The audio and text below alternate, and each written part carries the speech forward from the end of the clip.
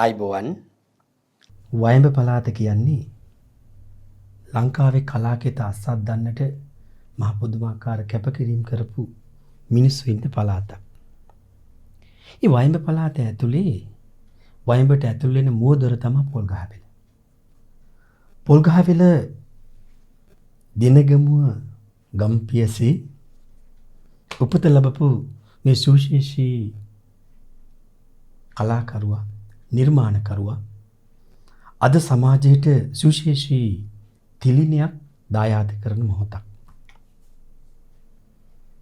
වචනයෙන් කියන්න බැරි බොහෝ දේවල් කවිය ඇතුලේ ඔහු ගැබ් කරන්නට වෙහෙස මහන්සි වෙලා තිබෙනවා. ඒ නිසාම මම මෙහෙම කිව්වොත් පොල්ගහවෙල සාන්ත බර්නදෙත් ආදර්ශ මහාවිද්‍යාලයෙන් මූලිකවම අධ්‍යාපනය ලැබපු දෙවනුව මහනුවර සිල්වස්තර මහාවිද්‍යාලයෙන් අධ්‍යාපනය ලැබුවා. ඉන් පසුව නැවත කන්ද උඩරට ඉඳලා වයඹට එනවා.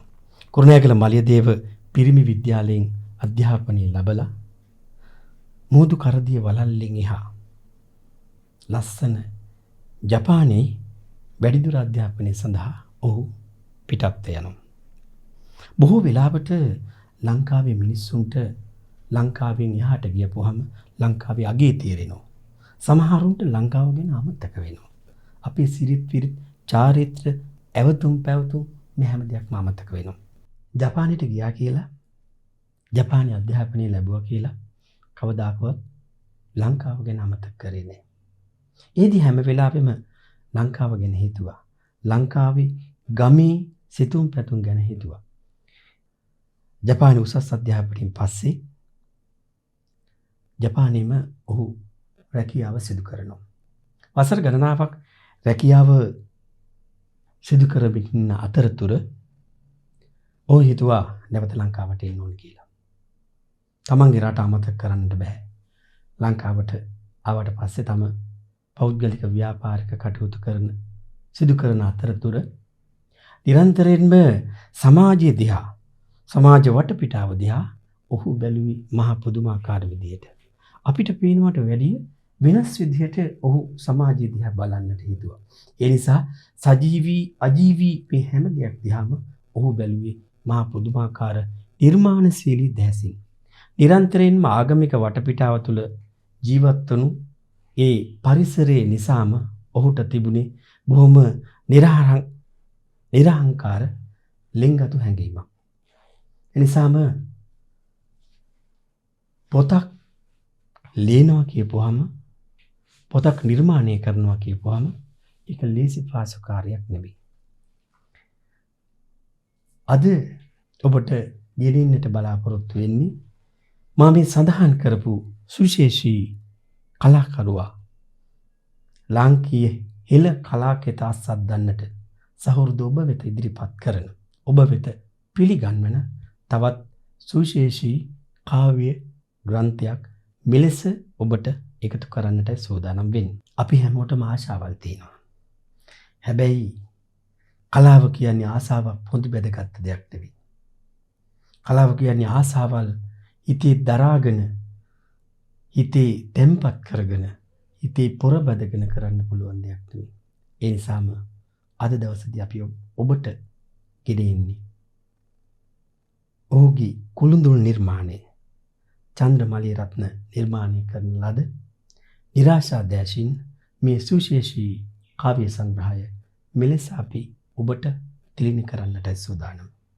නිරාශා දැසින් අපි බලනකොට මේ කාව්‍ය සංග්‍රහය ඇතුලේ බොහෝ කවි පදවැල් ඔබේ ජීවිතයට ලඝු කරගන්නට පුළුවන්. ඒ ඔබේ කරගන්නට පුළුවන්. ඒ චන්ද්‍රමලී රත්න පෞද්ගලික තියාගන්නේ නැහැ. ඔහු මේ හැම දෙයක්ම ඔබට පෞද්ගලික කරගන්න, ඔබට ළඟා කරගන්න, ඔබේ කරගන්න අවස්ථාව උදා කරලා තිබෙනවා. ඒ නිසා ඒ තියෙන බොහෝ කවි පදවල් අතර, නිර්මාණ අතර, නිසදස් අතර බොහොමයක් මට කියන්නට වෙලාව නැති වුණා. පුංචි පදපේලි 4කින් මහා පුදුමාකාර ගැඹුරු අර්ථයක් මට එකතු කරන්නට හිතුණා මේ වෙලාවේ. අම්මාගේ දිනපොත බොහොම පුංචි අකුරු ටිකක් තියෙන්නේ. හැබැයි මහා පුළුල් අර්ථයක් ඒ තුල ගැබ්බෙලා තිබෙනවා. මේ නිර්මාණකරුවා තුල තිබෙන ඒ සියුම් සංකල්පනාව දිහා බලන්නකෝ. හැඩයක් පමණක් එකිනෙකට වෙනස් වූ කඳුළු කැට 365ක්. ටිකක් දුරයි. අවුරුද්දක් 365ක්. මේ දිනපොත ඇතුලේ අම්මා මොනතරම් ජීවිතය පිළිබඳව, දරුවෝ පිළිබඳව 365 ඒවා ලියන්නට ඇද්ද තමන්ගේ හිත ඇතුලේ. අපි දන්නේ නැහැ ඒ හැම දෙයක්ම. චන්ද්‍රමලියරත්න සුවිශේෂී නිර්මාණකරුවාගේ කොළුඳුල් නිර්මාණය වෙනුවෙන් මේ අවස්ථාවේදී අදහස් දැක්වීම සඳහා මා බොහොම ගෞරවයෙන් යුතුව ආරාධනා කරන්නට බලාපොරොත්තු වෙනවා.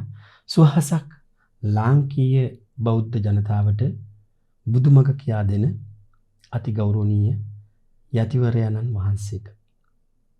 ඊටමත්ම ගෞරවයෙන් යුතුව රාජකීය පඬිත දර්ශනපති පූජ්‍ය ලේල්වල අරියධම්ම ස්වාමීන් වහන්සේට බොහොම ගෞරවයෙන් යුතුව ආරාධනා කර සිටිනවා.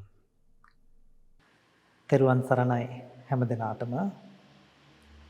පළමු කොටම නිරාශා දැසින් මේ කාව්‍ය ග්‍රන්ථය රචනා කරපු චන්ද්‍රමලියරත්න අපේ සහෝදරයාණන්ට චිරජීවනයේ දීර්ඝායුෂ ප්‍රාර්ථනා කරමින්ම මේ අදහස් දැක්වීම ආරම්භ කරන්න සූදානම් වෙන්නේ.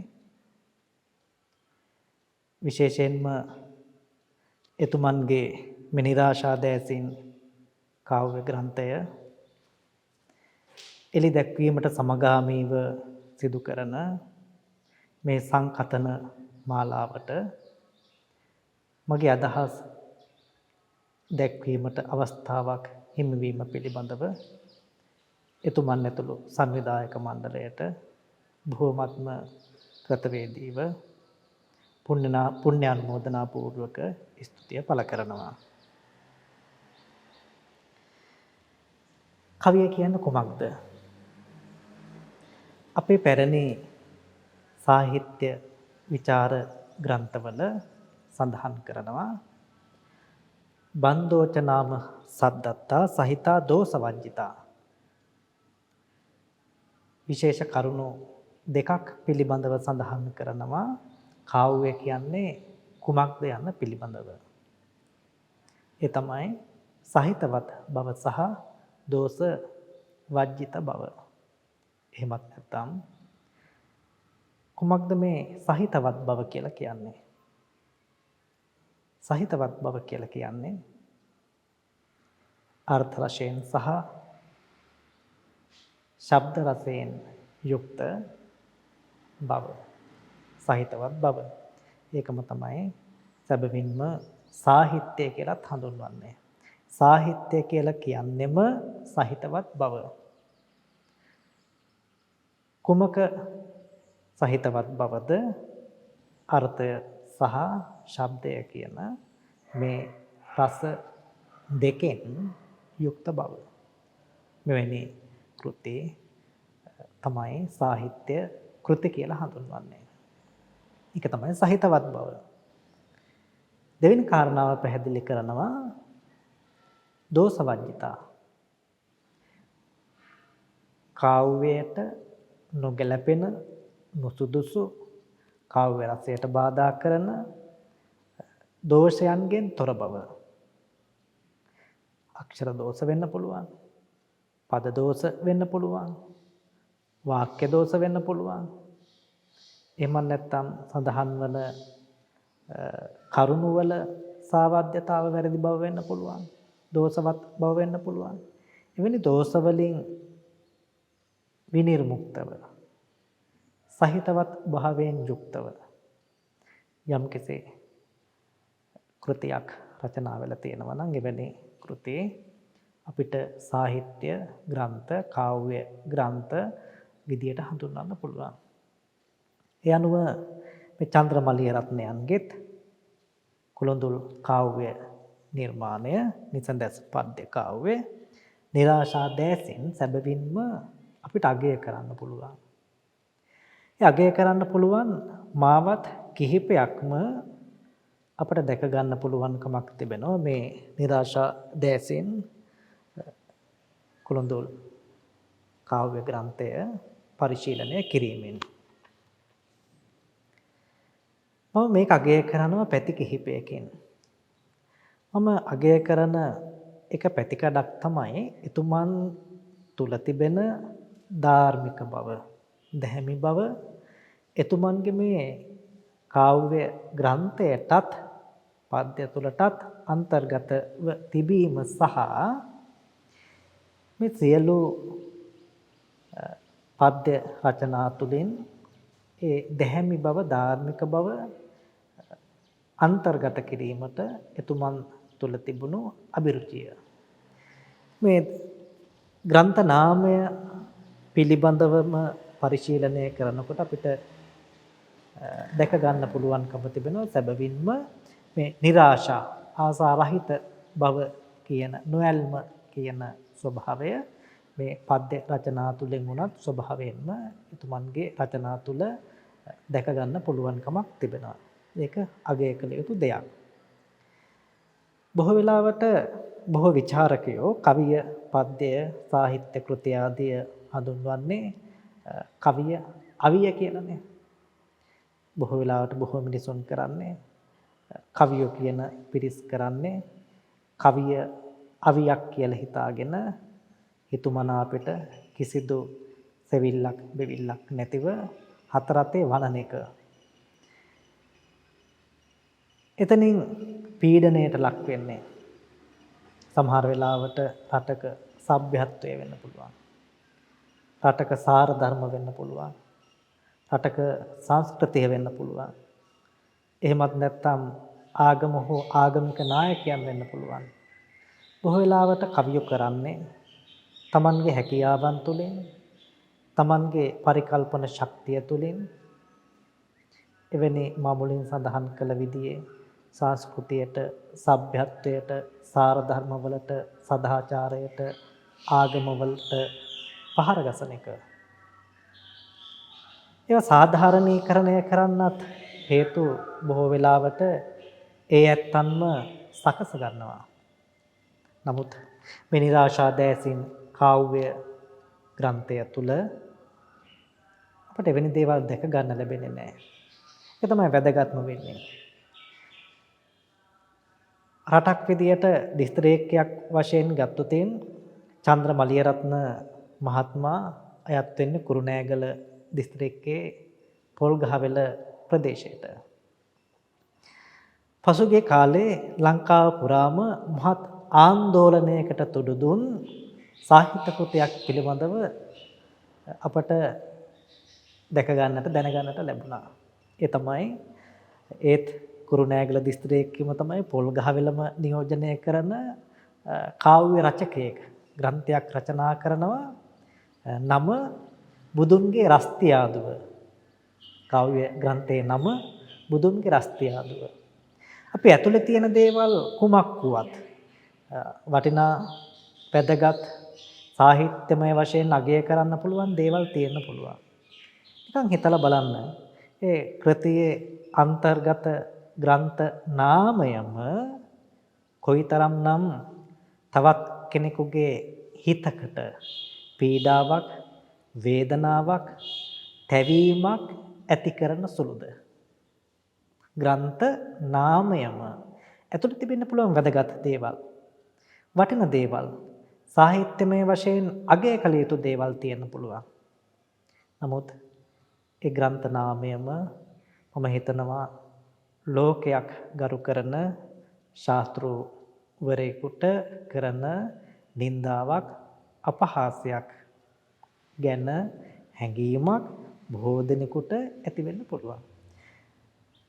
එහෙමනම් කාව්‍ය රචකයෙකුගේ වගකීම විය යුත්තේ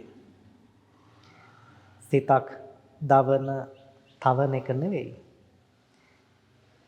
සිතක් සනසන එක, සිතක් නිවන එක, සිතක් මෘදු මොලොක් භාවයට පත් කරන එක. එවැනි කවිය තමයි අගය කළ යුතු වන්නේ. එවැනි කවිය තමයි අගය කළ යුතු වන්නේ. නමුත් අවාසනාවකට රටේ ලෝකේ තැන ලැබෙන්නේ මම මුලින් සඳහන් කළ විදිහේ තමන්ගේ හැකියාවන් තමන්ගේ පරිකල්පනයන් පාවිච්චි කරලා ආගම දහමට වෙන්න පුළුවන්, ආගමික නායකයින්ට වෙන්න පුළුවන්, සංස්කෘතික වෙන්න පුළුවන්, රටක සભ્યත්වයට වෙන්න පුළුවන්, සාර ධර්ම වලට වෙන්න පුළුවන්, සදාචාරාත්මක නිර්ණායකයන්ට වෙන්න පුළුවන්. ගැරහීමට ලක් කරනවා නම් එවැනි කවියෝ, එවැනි කාව්‍ය ග්‍රන්ථ තමයි අවාසනාවකට ලෝකයා විසින් අගය කරන්නේ. නමුත් යම් කෙනෙකුට පුළුවන් නම් සිතක් සැනසෙන සනහන විදියේ යම් වැඩක් කරන්න Tamanගේ පරිකල්පන ශක්තියකින්, සැබවින් මේක තමයි ශ්‍රේෂ්ඨ විශිෂ්ට ලෝකේ විශිෂ්ට කවියෙක් හිටියා. සංස්කෘත සාහිත්‍ය පිළිබඳව හදාරනකොට හැමදෙනාම අවිවාදයෙන් පිළිගැනෙන විශිෂ්ට කවියෙක්. ඒ තමයි අශ්වඝෝෂ හාමුදුරුවෝ. උන්වහන්සේ විසින් රචනා කරන ලද විශිෂ්ට මහා කාව්‍ය ග්‍රන්ථ දෙකක් තියෙනවා.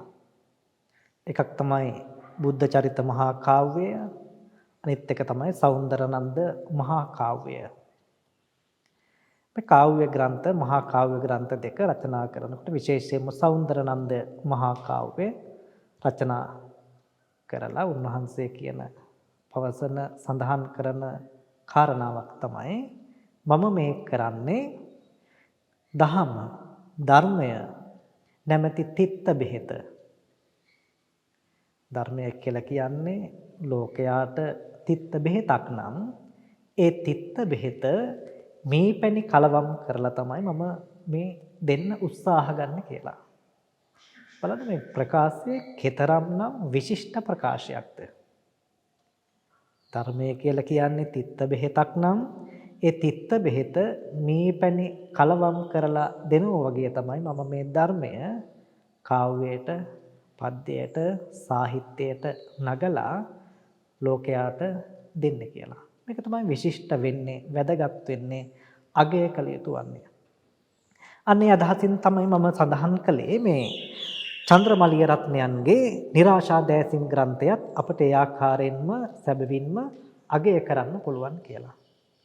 ආගමික චින්තනයක් තුළ රචනා වුණු විශිෂ්ට ග්‍රන්ථයක් වශයෙන්. මම පෞද්ගලිකව ලංකාවේ පැරණි සාහිත්‍ය දරයන් අතර ගරු කරන විශිෂ්ට චරිතයක් තමයි මහගමසේකරයන් කියලා කියන්නේ. මහගමසේකරයන්ගේ ධර්ම ඇතුළත් කරන ලද විශිෂ්ට කාව්‍ය ග්‍රන්ථ බොහොමයක් තියෙනවා. සහෘදයෝ කියවලා තිබෙනවා නම්, අධ්‍යයනය කරලා තියෙනවා නම්, පරිශීලනය කරලා තියෙනවා නම්, රස විඳලා තියෙනවා නම් එතුමන්ගේ ප්‍රබුද්ධ වැනි කාව්‍ය හරිම විශිෂ්ටයි. ඒ විශිෂ්ටත්වයට පත් වෙන්න එක හේතුවක් තමයි ධර්මය පද්‍යයට නිසඳසට නගලා ඉදිරිපත් කිරීම.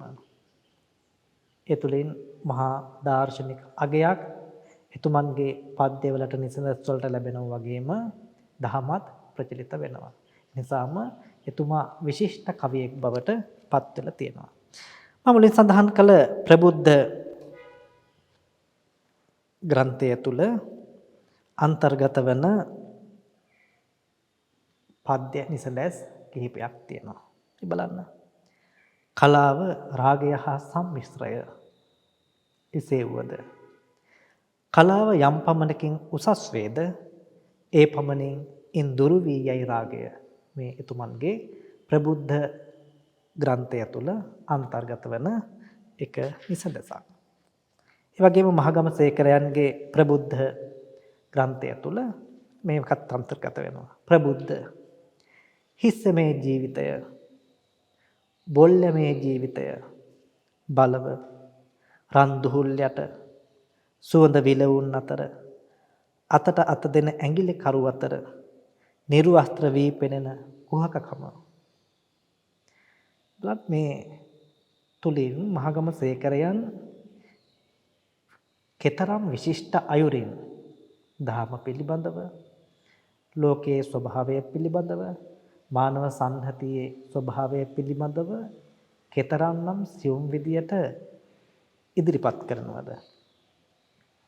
මෙවැනි කාව්‍ය නිර්මාණ චන්ද්‍රයන්ගේ નિરાශාදෑසින් තුලත් අපට දැක ගන්න පුළුවන්කම තිබෙනවා. බලන්න. කැමැතිනම් විතරක් එන්න හද කුටියට එපා වෙයි ආසනෙන් දැක්ක විට ඇතුළත.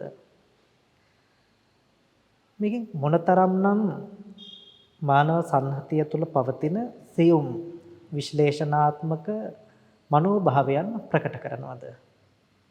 බොහෝ වෙලාවට පෙම්වතුන් වෙන්න පුළුවන්, පෙම්වතියන් වෙන්න පුළුවන්.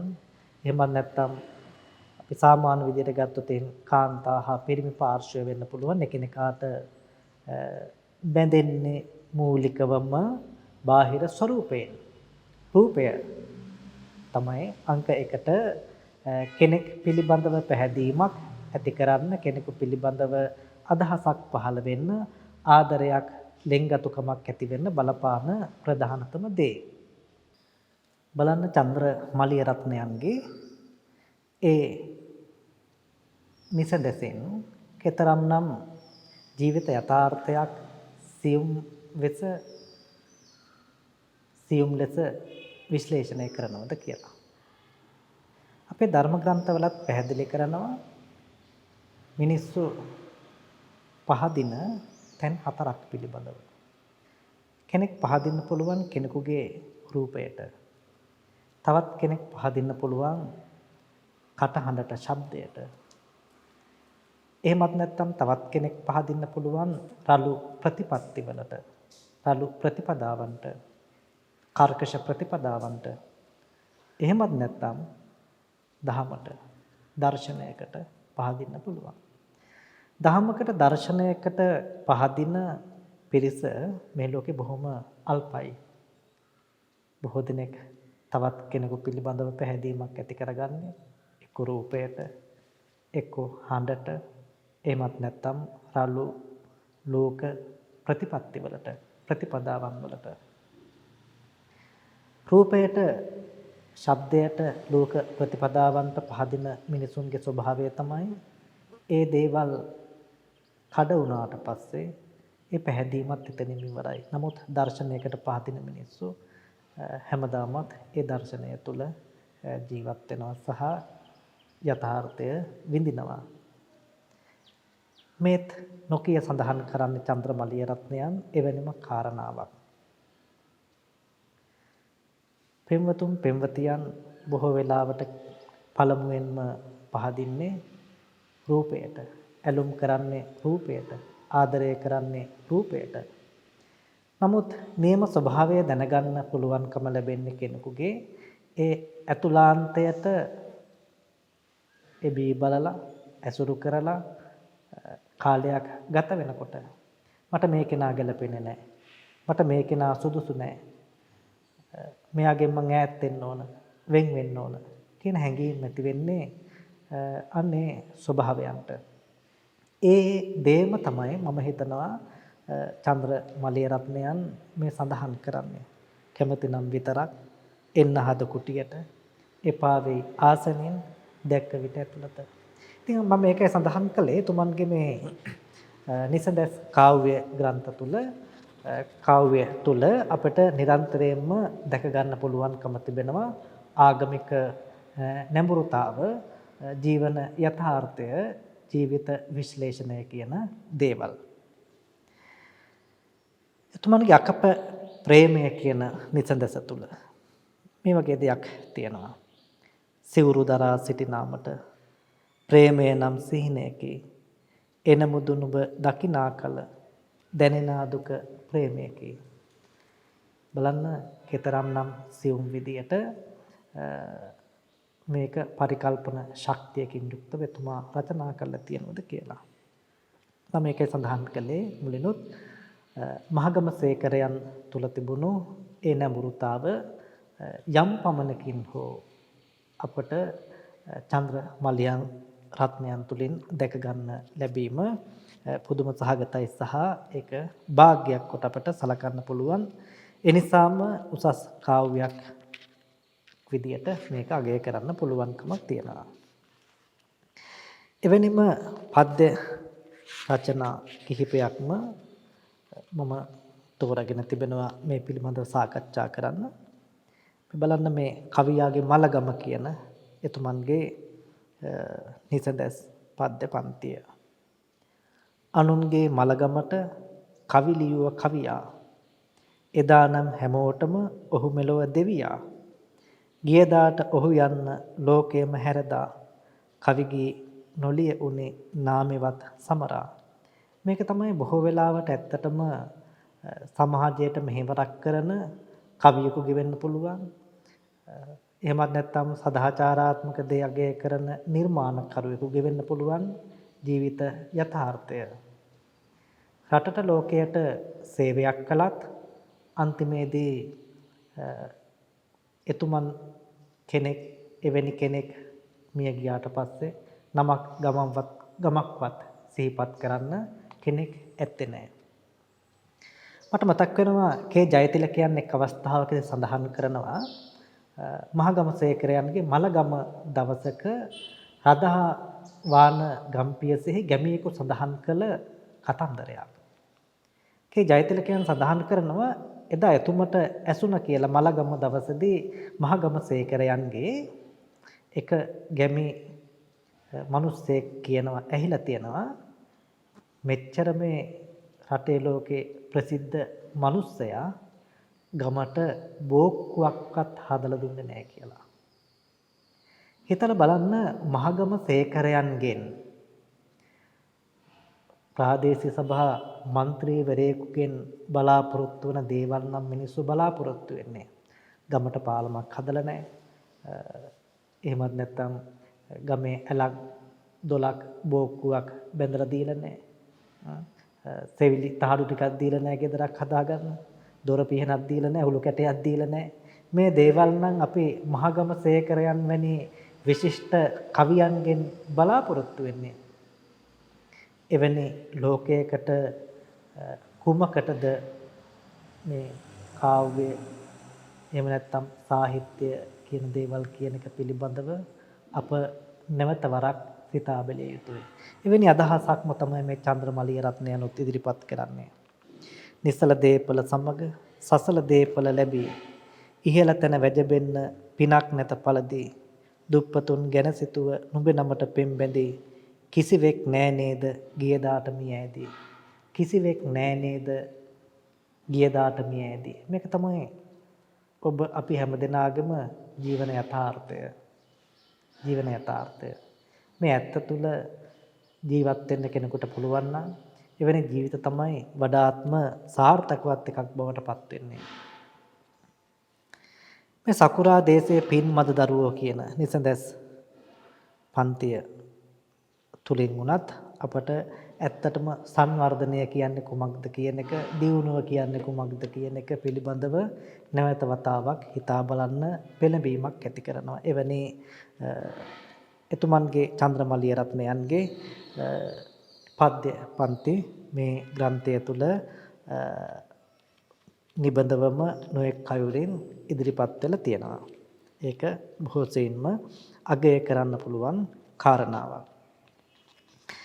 මේ සත්ගුණවත් කියන නිසඳස් පද්‍ය පන්තිය ලෝම හඬයි ඔබ නිහඬයි පාර දිගට කොඩි ලෙල දෙයි පාංශු කූලෙට පස්සේ ಗುಣ සම්බරා බොරුත් කියයි හිටිය කාලේ කරපු තරම් කෙරුවේ නොහ බිනා වැඩයි හොර කසිප්පු අහු වුණාම ගස් කපන්න පටන් ගත්තා ඊට පස්සේ කොල්ලෝ ටිකට කුඩු උරන්න පුරුදු කෙරුවා බඩගින්නට උනත් මචං වැරදි වැඩේ වැරදි තමයි උඹ හින්දා උඹට කලින් පරලොව ගිය අය එමටයි උන්ගේ මල ගෙදර එන්න බල්ලෙක්වත් හිටියේ නෑ. ඒත් උඹේ අවමගුලට රටේ ලොක්කො සැවුම ඇවිත්. සත්ගුණවත් පාරිශුද්ධ අති උත්තම මහතාණෙනි. බලන්න මේ සමාජයේ තිබෙන යථාර්ථය සියුම් උපහාසයට ලක් කරමින් කතරම් විශිෂ්ට අයුරින් මේ නිසඳස් පන්තිය චන්ද්‍ර මලියරත්නය රචනා කරලා තියෙනවද කියලා. අද වුණත් සමාජයේ මේක තමයි ඇත්ත යථාර්ථය සත්‍ය තත්ත්වතාව. බොහෝ වෙලාවට මිනිස් වගේ කරන්නේ එහෙමත් නැත්නම් ගරු බුහුමන් කරන්නේ සත්ගුණවත් උත්තම මහත්මා කියන හැඟීමෙන් බුහුමන් කරන්නේ සමාජ විරෝධී ක්‍රියාකලාපයන්ට නතු වෙච්ච පුද්ගලයන්. එවැනි අය තමයි අගය කරන්නේ. එවැනි දේවල් තමයි අගය කරන්නේ. නමුත් සදාචාරාත්මක ගුණධර්ම අගය කරන නිවැරදිව ප්‍රතිපත්තිගරුක මිනිසුන් අගය කරනවා අඩුයි. ඇගීමට ලක් වෙනවා අඩුයි. එවැනි දේවල් අපිට මේ සමාජය තුළින්ම දැක ගන්න පුළුවන්කම තිබෙනවා. මේ බලන්න මේක එක තැනක කියනවා අර ලස්සන කතන්දරයක්.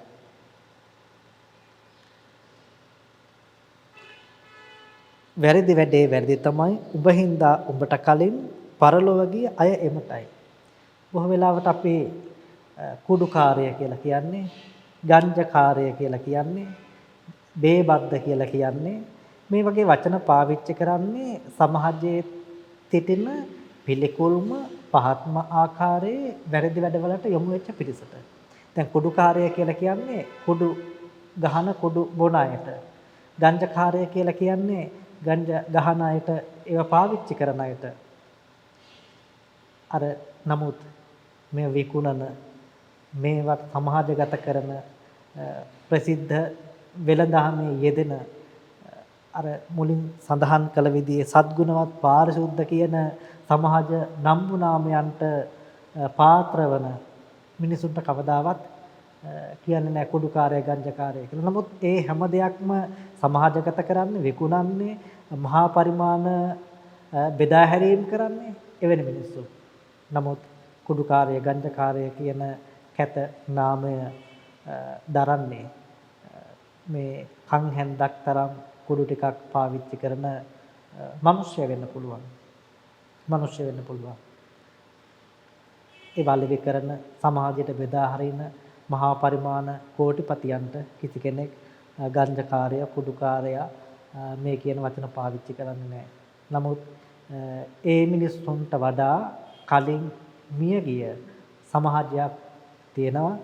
ඒ මිනිස්සු මැරෙනකොට අහිංසක මිනිස්සු මේව පාවිච්චි කරලා මැරෙනකොට මිය ඇදෙනකොට බලු බල්ලෙක්වත් නැහැ සමාජමය ව්‍යවහාරිමක කියනවා නම්. නමුත් අර මහා පරිමාණ ව්‍යාපාරිකයෝ කුඩු ආදිය විකුණන මිය ගියාට පස්සේ රාජ්‍ය ගරු බුහුමන් පවා ලැබෙන්න පුළුවන්. ඒක තමයි මේ සමාජයේ ඇත්ත සත්‍ය යථාර්ථය. මේක සිව් උපහාසයට ලක් කරමින් මේ සත් ගුණවත් කියන නිසඳස චන්ද්‍ර මලියරත්නයන් ගියතින් රචනා වෙලා තිබෙනවා. ඉතින් මෙවැනි නිසඳස් පද්‍ය ඕනතරම් මේ ග්‍රන්ථය තුළ තිබෙනවා. මේ තාරුණ්‍ය කියන නිසඳස් පද්‍යය බොහෝ දෙන අතරමඟ අතර ආලෝකයක කිසිදු දින අතහරින්නට නොසිතනා පෙම්වතිය. කුමක්ද මේ තාරුණ්‍ය? තරුණ කාලයේදී බොහෝ දෙනෙක් ජීවිතේ කැප කරන්නේ තරුණ කාලයේ ලබාගත යුතු ඵල ප්‍රයෝජන ලබා ගන්න නෙවෙයි වෙනත් දේවල් සඳහා. නමුත් අත්හරින්න අකමැතිම පෙම්වතිය බවට පත් වෙලා තිබෙන්නේ තාරුණ්‍යම තමයි. ජීවිතේ අපිට අවස්ථා තුනක් තියෙනවා. ළමා කාලය, තරුණ කාලය, වැඩිහිටි කාලය කියලා. මේ කාල තුනෙන් එක කාලයක හෝ තමන් පිළිබඳව ගවේෂණයක් කරලා තමන්ගේ ජීවිතය ආගමානුකූලව ගොඩනගා ගන්න යම් කෙනෙක් කටයුතු කරන්නේ නැත්නම් ඒ ජීවිත අත්හැර දැමූ ජීවිත. එවැනි මිනිසුන්ගේ ජීවිත කිසි වටිනකමක් ඇත්තේ නැහැ. නිසා ධර්මය තුල උනත් පැහැදිලි කරන්නේ මේ කාල තුනෙන් එක කාලයක හරි තමන් පිළිබඳ සෙවීමක් කරලා අර්ථාන්විතව ජීවිතය උසස් කරගන්න කටයුතු කළ යුතුයි කියලා. එහෙම නැත්නම් ඒ ජීවිතය ඵල රහිත එකක් බවට පත් වෙනවා. ඉතින් මෙවැනි අගය කළ යුතු අගය කළ හැකි ඕනම තරම් වටිනා නිසදැස් මේ කාව්‍ය ග්‍රන්ථය තුල අන්තර්ගතයි. මම අවසාන වශයෙන් යොදා ගන්නවා මේ අම්මාගේ දිනපොත කියන එක. මේකේ තියෙනවා හැඩයෙන් පමණක් එකිනෙකට වෙනස් වූ කඳුළු කැට 365ක්. දවස් 365ට අම්මා වරුන්ගේ ඇස් වලින් නැගෙන කඳුළු කැට එක් එක් ආකාරයට වෙනස්. නමුත් එකම කඳුළු කැට හැමදාම දරුවන් වෙනුවෙන් වෙන්න පුළුවන්, රටක් සමාජයක් වෙන්න පුළුවන් හෙලන්නේ. මේක තමයි ඇත්ත.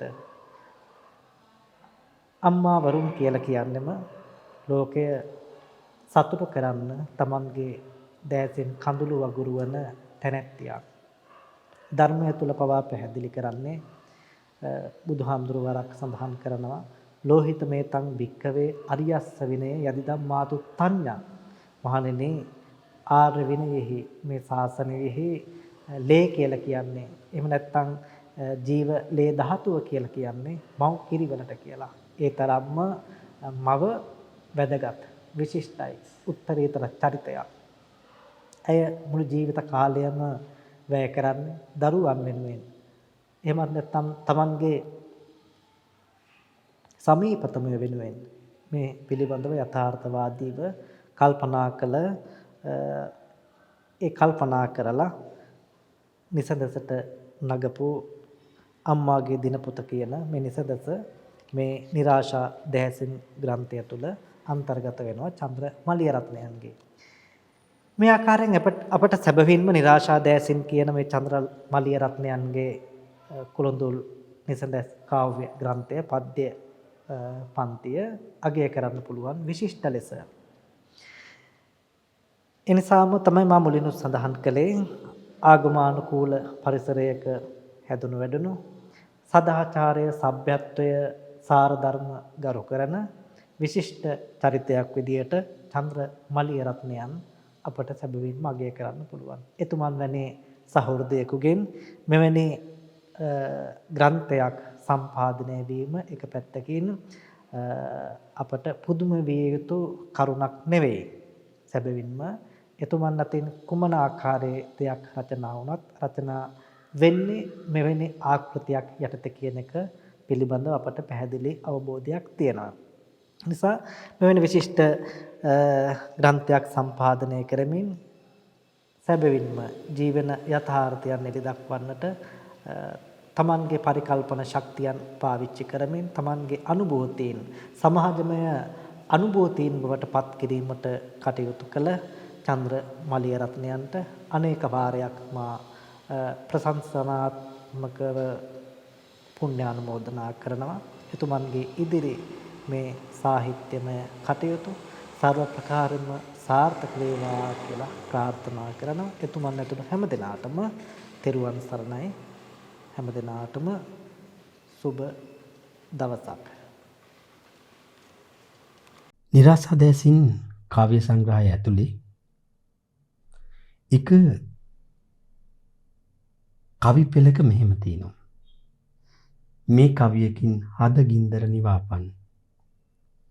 ඒ නිසාම අපි ඒ කවි පද පේලි ටික එහෙමත් නැත්නම් කවියක රස විඳින්නේ නැත්නම් පුංචි අඩුපාඩුවක් වගේ දැනෙනවා. ඒ නිසා අපි බොහොම ගෞරවයෙන් යුතුව ආරාධනා කරනවා මේ අවස්ථාවේදී විසරද පුන්මිලා චතුලක්ෂී ඔබට කවි පද පෙළක රසයේ මිලස ගෙනෙන්නට. සීතල දැනීමේ හිමගිර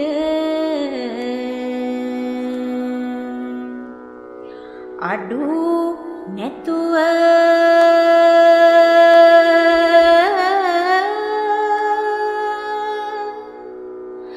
සිතුවිලි හඬයි අඳුරේ හිඳ නිම් නැතුව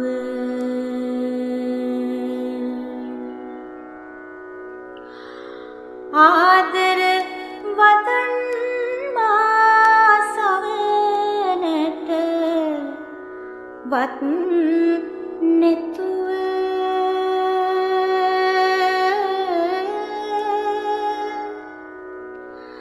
කාසි සොයා කුමටද නුඹ ළඟ නැතුව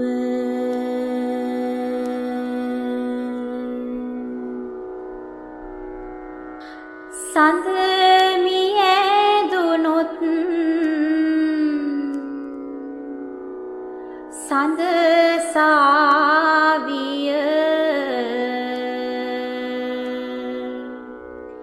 හඬාවි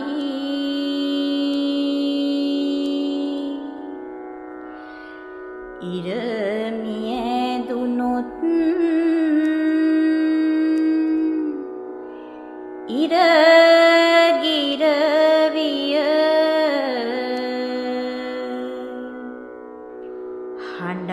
හඬාවි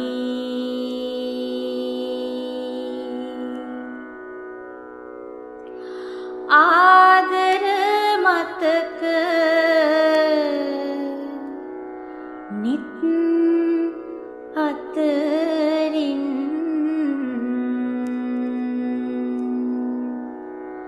ගලාවි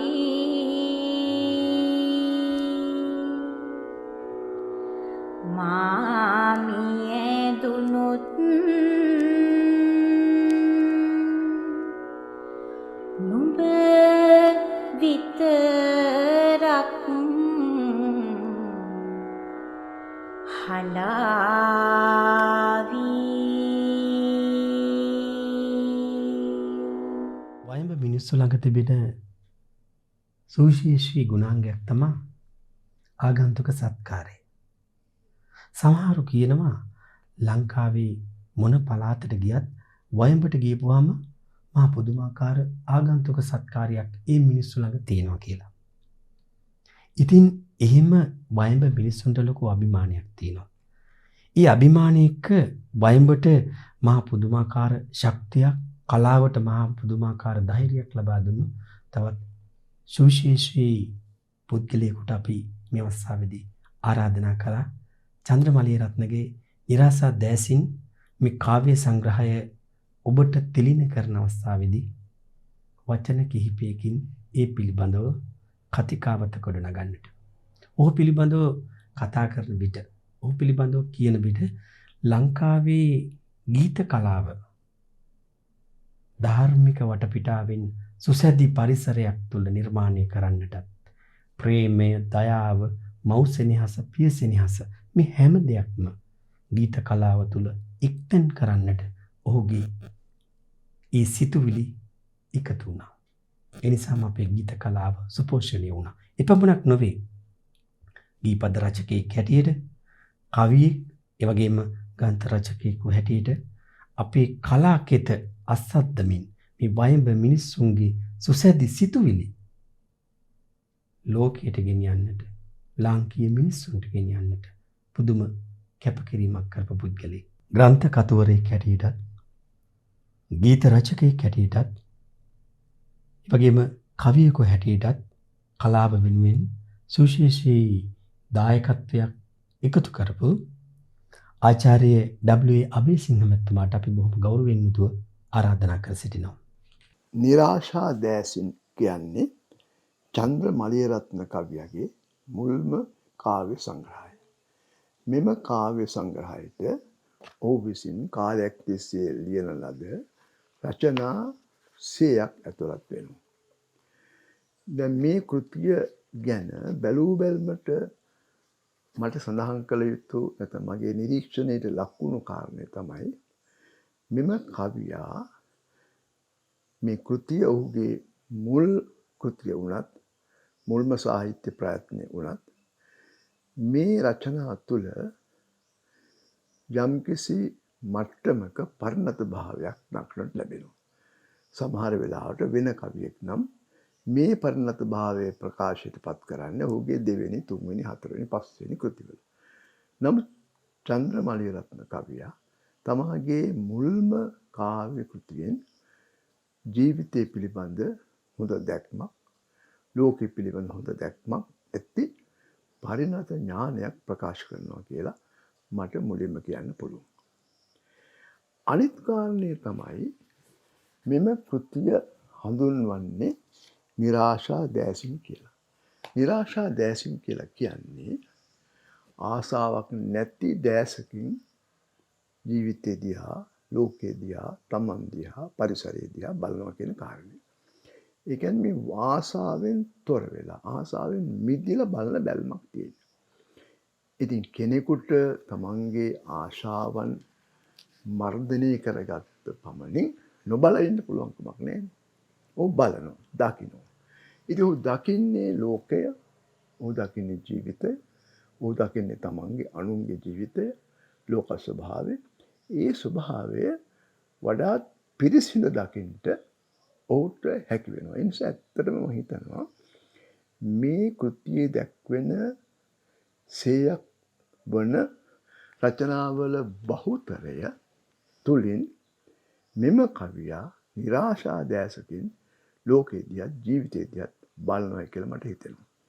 ඉතින් ඒ බලන බැල්ම නිසා අපිට පෙනී යන අනිත් වැදගත්ම කාරණේ තමයි ලෝකයේ පිළිබඳ කිසියම් යථාර්ථවත් දැක්මක්, යථාර්ථවත් ඥානයකින් අපි ඥානනය කරන්නට ඔහු සමත් වෙනවා. ඉතින් ඒක තමයි මේ මම දකින ප්‍රධානම කාරණය. දැන් ඊට අමතරව ගත්තොත් එහෙම මෙම කෘතියේ තියෙන අනිත් විශේෂත්වය තමයි මෙම කෘතියේ තියෙන කිසියම් ආකාරයක බෞද්ධ දෘෂ්ටිය. ඇත්ත වශයෙන්ම මේ කවියා මේ ලෝකයේ දකින්නේ, මේ නිරාශා දෑසින් ලෝකයේ දකින්නේ බෞද්ධ දෘෂ්ටියකින්. මෙම කෘතියේ රචනා බහුතරයක තිබෙන්නේ බුදුදහමින් හික්මුණු කවියෙකුගේ බැල්මයි. ඒ නිසා මම හිතනවා මෙම කවිය කෘතිය මේ කාලේ ලියවන බොහෝ මේ කාව්‍ය කෘතීන්ට වඩා විශේෂත්වයක් දක්වනවා. මොකද මේ අත් වශයෙන් මෑත කාලේ ලියවන මුගා කෘතිවල අපිට පේන්නේ බොහොම ඕලාරික දේවල්. ඒ කියන්නේ බොහොම පරිණත දෘෂ්ටියක් නැති යම් දේවල්. නම් මේ කවියා එහෙම නෙවෙයි, මේ තමන්ගේ කවි දෑසින් ලෝකෙ බලන. ඒ නිසා ඒ බලන බැල්මේ මම සඳහන් කළා වගේ කිසියම් බෞද්ධ දෘෂ්ටියක්, බෞද්ධ දැක්මක් අපිට පේනවා. ඒ කියන්නේ ඔහු දැන් තමන්ගේ ධර්මයේ ප්‍රචාරය කරන හදන කෙනෙක් නෙමෙයි.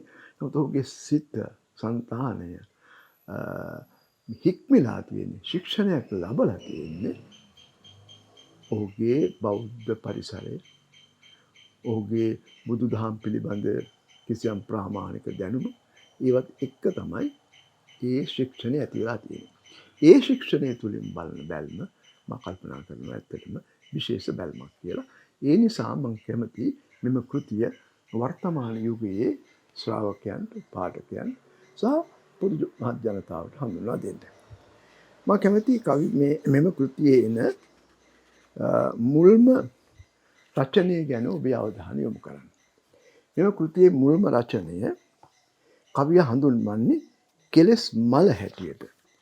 මේ කෙලෙස් මල, ක්ලේශ කියන මලකඩ තමයි ඔහු මෙම කෘතියේදී, මෙම රචනයේදී ඉස්මතු කර දක්වන්න හදන්නේ. ඔහු මෙහෙම කියනවා: පසු කර ඒ සැවම ගිය විට නයිට් ක්ලබ් එකට රාගික ලඳුන් විගසින එමට රොක් වෙති මගේ අභියස. සුරාවයි අමෘතය, අපූර්වයි කාමය, පිනවයි ශරීරේ, දුටුවා වැනේ දිව්‍ය ලෝකය. එක් පසක විඳිමි සැප, තව පසක දකිමි දුක. එනමුත් දිනෙන් දින රැස් කරමි කෙලෙස් මම. යන්න ගෙදරින් නික්ම ඔබට වගේ මටත් නොසිතනා කරුණකින් හැර දමා කෙලෙස් මල. ඇත්ත වශයෙන් මෙම රචනයට විශේෂ කරගන්නේ කවියා සිද්ධාර්ථ ගෞතම තාපසයන් වහන්සේ. සිද්ධාර්ථ ගෞතම තාපසයන් වහන්සේ බුදුහාමුදුරුවෝ බුද්ධත්වයට ලබන්න පෙර ගිහි අතහැර ගියා. නමුත් කවියලත් එමෙ හිතෙනවා. නමුත් කවියට මේ කෙලෙස් මල අතහැරලා යන්න බැරි බවයි කියන්නේ. ඒ නිසා ඒ දැක්මම කවියාගේ අර මම කියාපු බෞද්ධ හික්මීම බෞද්ධ ශික්ෂණය ගෙනහැර පානවා.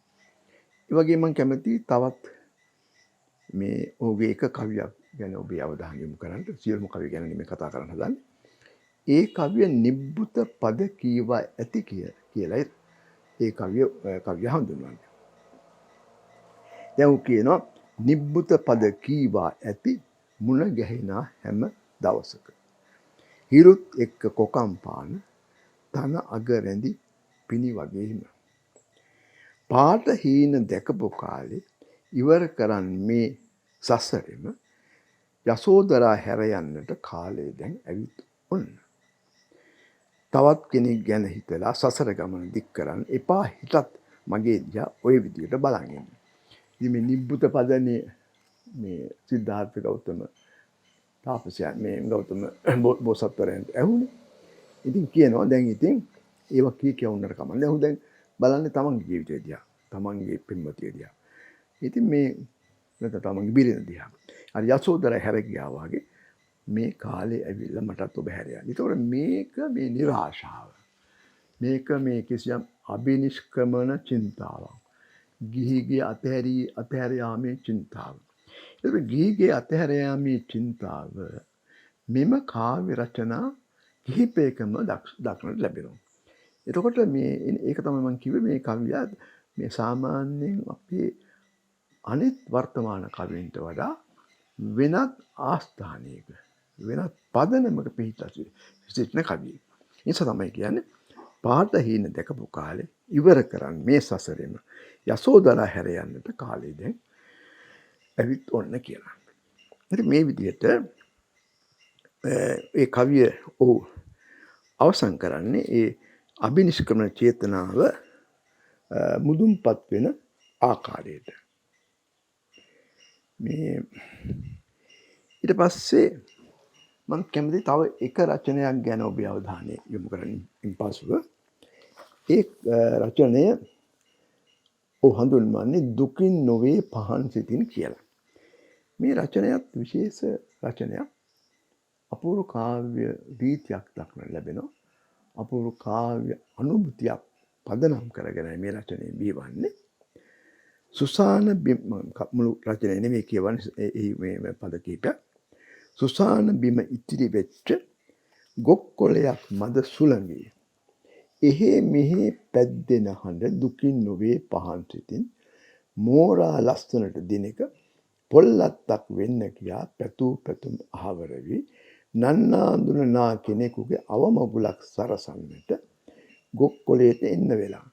දැන් මේ කවියා තමන්ගේ කවි නිමිත්ත හැටියට ගන්නේ මේ අවමංගල්‍යයක් සැරසීම සඳහා එල්ලන ගොක්කොලයක්. ඒ කියන්නේ මෝරපු නැති පොල්ලත්තක්.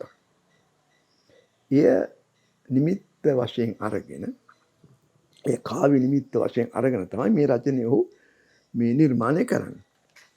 ඒ කාව්‍ය නිර්මාණය කරන්නේ මේ ගොක් මද සුළඟේ සෙලවෙන මේ සුසාන භූමියේ තියෙන ගොක්කොලේ මේ කතා කරන ආකාරය. මේ ඉතින් කියනවා මම ඇත්තටම මෙහෙම මේ ගොක්කොලයක් හැටියට මේ මගේ අවසන් ගමන යන්න නෙමෙයි මම ලෑස්ති වෙලා හිටියේ. නමුත් දැන් මගේ ජීවිතය අවසන් වෙලා තියෙනවා ගොක්කොලයක් හැටියට. මොකද නන්නාඳුන කෙනෙක්ගේ අවමංගුලට ඒ සල්සන්ට මට සිද්ධ වුණ නිසා. ඒතකොට තවත් වචන වලින් කියනවා නම් සමහර වෙලාවට මේ කවිය ටිකක් අර්ථ තෝරන්න වෙන පටන් ගත්තොත් එහෙම කෙනෙකුට හිතෙන්න පුළුවන් විශේෂයෙන් පාඨකයෙකුට විචාරවත් පාඨකයෙකුට මේ මරණය සිද්ධ වෙලා තියෙන තරුණයෙකුගේ වෙන්න පුළුවන්. තරුණ කාලෙදී මියගිය පුද්ගලෙක් වෙන්න ඕන මේ සෝහන් බිමේ දැන් සැතපෙන්නේ. ඒ සඳහා එල්ලපු ගොක්කොලය තරුණයි. හැබැයි ගොක්කොලේ හොඳට මෝරලා හැම ගියා නම් හොඳ ගොක් අත්තක් වෙන්න හොඳ පොල් අත්තක් වෙන්න තිබුණා. එහෙම වෙන්න මේ ලැබුණේ නැහැ. නමුත් ඒ වුණාට මේ ගොක්කොලය මෙහෙමත් පවසනවා මේ කවියේ අවසාන භාගයේදී. කිසිදා නොමැරෙනා ලෙසින් පවෙහි ගිලී දුකෙහි ඇති විසූක දස්සන සමගින් ජීවත් වෙන මිනිස්සුන්ට මරණේ නිසැකව එයි නම් අපට ඉතින් කවර කතා. හිම විසූක දස්සන කරමින් දර්ශන පාමින් මේ කවදාකවත් මැරෙන්නේ නැහැ කියලා හිතාගෙන පාපේ ගැල්ලා ජීවත් වෙන මිනිස්සුත් මැරෙනවා නම් මේ ගොක්කොලේ වෙන මමත් අකාලේ මැරුණාම මොකද්ද? ඒතර අනිත්‍ය ගැන නිත්‍ය නොවන ලෝක ස්වභාවය ගැන කවියාගේ තියෙන බොහොම සංයත තැම්පත් යථාර්ථවාදී දැක්ම තමයි කවි වේශයෙන් මෙම රචනයේ ප්‍රකාශ වන්නේ. මෙම රචනයේ තියෙන හරි අපූර්ව කාව්‍ය නිර්මාණ රීතියක්. ගොක්කොලෙයි මේ කතා කරන්නේ. ගොක්කොලෙයි දුකින් නැතුව පහන් සිතින් කතා කරන්නේ. ඒ නිසා මේ රචනය ඇත්තටම අපූර්ව රචනයක් කියලා හිතෙනවා. මේ චන්ද්‍ර මලියරත්න කවියා ලියන තව එක රචනයක් ඔහු නම් කරන්නේ වීදුරු නිවසක සිට පිටතර ගල් ගැසීම නොහොත් ආත්ම වංචනය කියලා. දැන් ඇත්තටම දැන් අපි නිකන් බැලුව බැලම ගත්තොත් මේ වීදුරු ගයක් ඉඳලා පිටතට ගල් ගහනවා කියන්නේ ආත්ම වංචනයන්නේ. ඒ කියන්නේ තමන් කවුද කියලා වීදුරු ගේ නිසා අනිත් අයට පේනවා. නමුත් එහෙම පේන්නේ නැහැ කියලා හිතාගෙන අපි ගල් ගහනවා වීදුරු කඩාගෙන යන්න එළියේ ඉන්න මිනිස්සුන්ට. මේක මම එක ඇතකින් මහා අනුවන වැඩක්. අනිත් පැත්තට මේක ආත්ම වංචනය.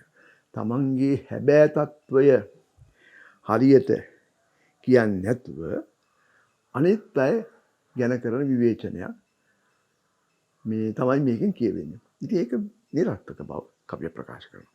ඒ අතර කවිය කියන්නේ අපි කවියට මේ කවියා මේ වීදුරුගේ වශයෙන් දක්වන්නේ මොකද්ද? මේක මේ කුලීගයක්. මේ කුලීගය තමයි අපේ ශරීරය කියන මේ පංචස්කන්ධය. ඉතින් පංචස්කන්ධය කියන කුලීගෙතර තමයි අපි ඉන්නේ.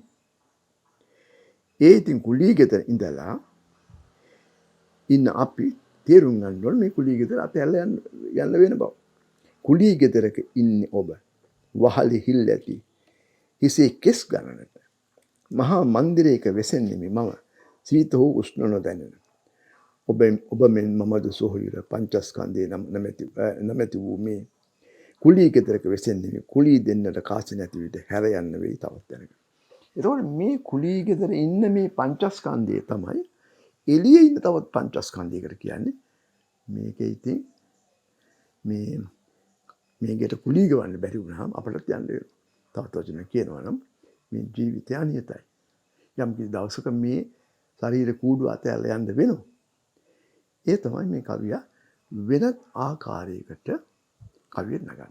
ඒක දැන් ඔබට පේනවා ඇති මේ මම විමසපු කවි වලින් පේනවා කවියාර මේ බුදුහාමුදුරන්ගේ දේශනාව මත පදනම්ම තමයි.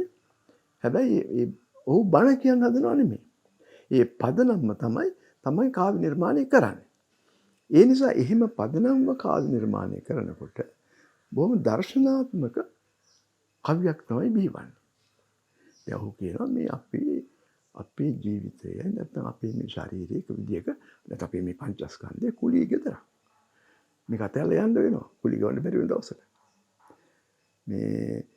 හැබැයි ඒ වගේම තමයි ඔබත්. ඒතර බීදුරුගේ ඉඳලා මේ තව කවුරු විවේචනය කරන එකේ තීරමක් නැහැ. ඉතින් ඒ බඳු මේ ගැඹුරු රචනයක් හැටියට මම කැමතියි මේ රචනය හඳුන්වන්න. ඒ අතර ඒ රචනය ඔහු අවසන් කරන්නේ කාලයේ සමගින් වැලියට සැඟවී දි รา පත්ව යයි සිප්පි කටුවේ සදාකාලිකව සිහිපත් වීමට දකිනා විට පය නොමැකුණු කැලලා. ඒ පෞකාරයට ගල් ගැසීම කියන රචනයේ එක තැනක් මම මේ සඳහන් කළේ. ඉතින් මේ පෞකාරයට ගල් ගැහිම මේ නිරූපණය වන මේ රචනය ආරම්භ වුණේ ඒ විදිහට. කාලයේ සමගින් වැලියට සැඟවී දි รา පත්ව සිප්පි කටුවේ සදාකාලිකව සිහිපත් වීමට දකිනා විට පය නොමැකුණු කැලලා. ඉතින් මේ කවියා මෙහෙම කියනවා. මා කළ වැරදි නම් අනන්තය අපමණය. එනමුත් මතක නැත ඒ කිසිත් කිසිවෙකුට. සුදු තීන්ත මගේ ගත තැවරිලා අවසන්නේ වසාගෙන පාපතර සියලු දෝෂ ක්‍රියා. එතකොට සමහර මිනිස්සු කෙලවරක් නැති පව් කරනවා. කෙලවරක් නැති වැරදි කරනවා. හැබැයි ඒ වයිති අර සුදු තීන්ත ගාලා වහනවා. වැහුවට පස්සේ තමයි ඔහු හිතනවා ඇත්තටම මේ මම මේ බොහොම සුද්ධවන්තයෙක් කියලා. මේව ඇත්තටම මේක කුහකකම. එහෙම නෙමෙයි. පව් වහගත්ත පමණින් සුද්ධවන්තයෙක් වෙන්නේ නැහැ.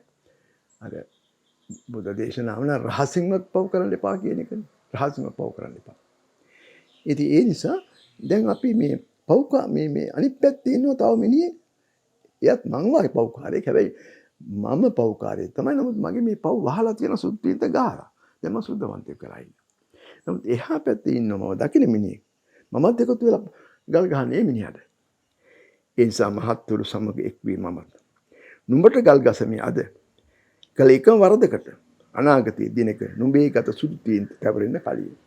දැන් ඒ පුද්ගලයාගේ සමහර වෙලාවට කවදාද දවසක සමාජයකට වෙලා හරි තමන් හරි සුද්ධීන්ත ගහලා ඕකේ පව් වහන්න පුළුවන්. ඊට කලින් මම උඹට ගල් ගහනවා.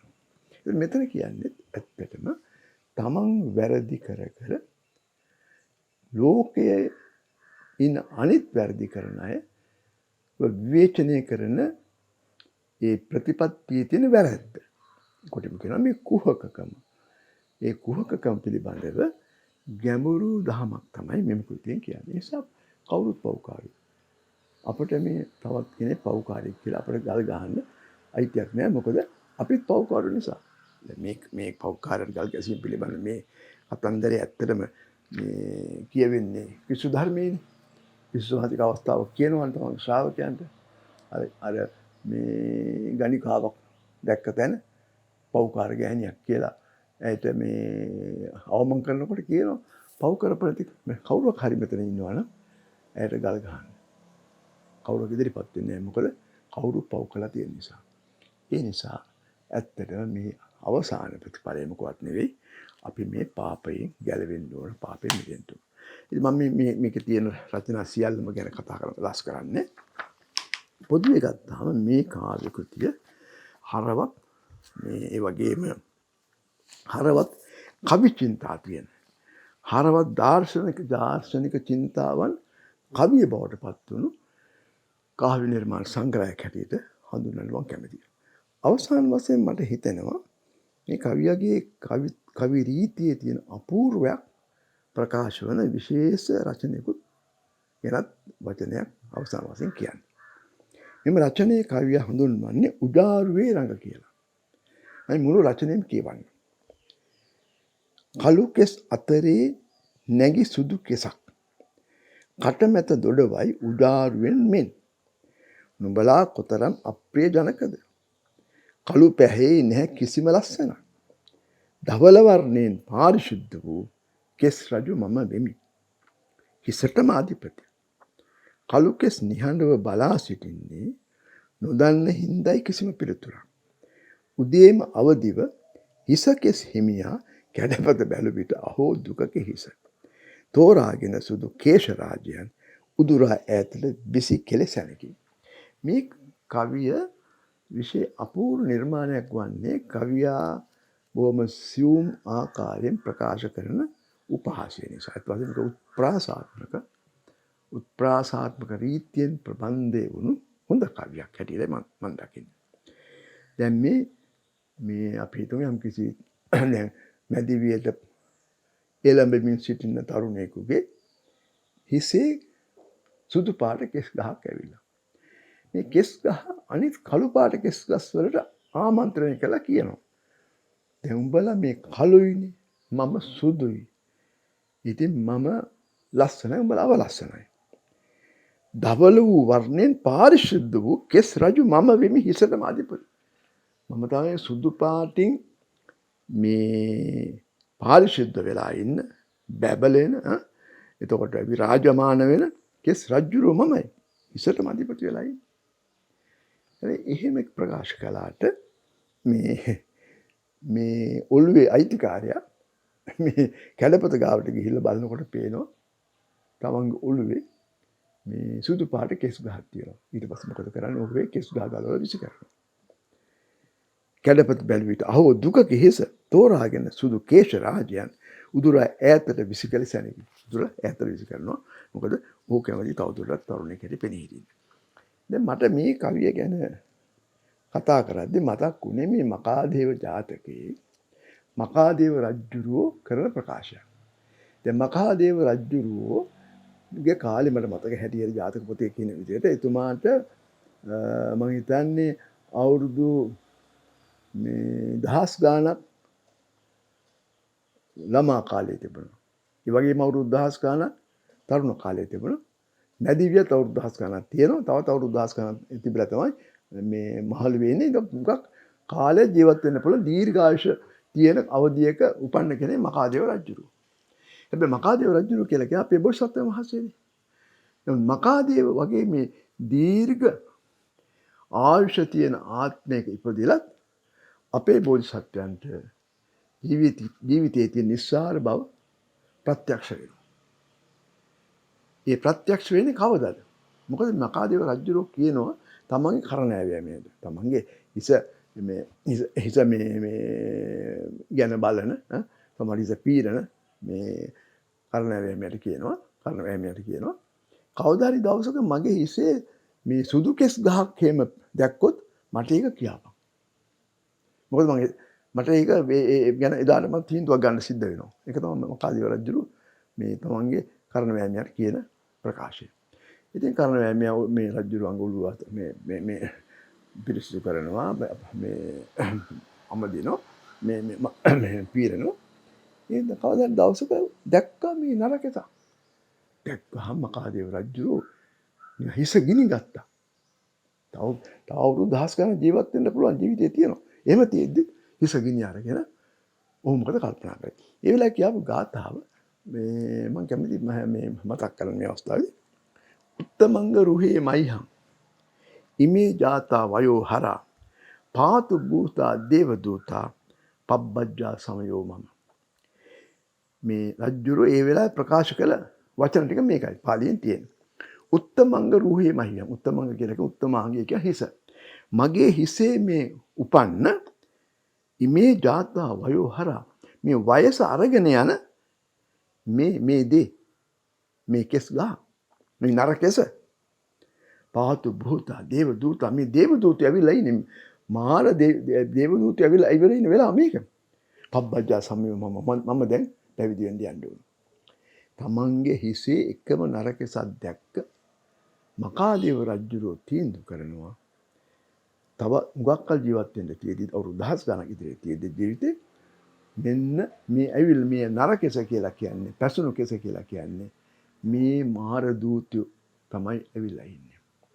ඒ නිසා මේ වෙලාවේ මම ගත යුතු තීන්දුව මොකක්ද නෙමේ මම පැවිදි වෙන්න යනවා. පබ්බජ්ජා සමයෝ මම මේ මගේ පැවිදි වීමේ අවස්ථාවයි මේක.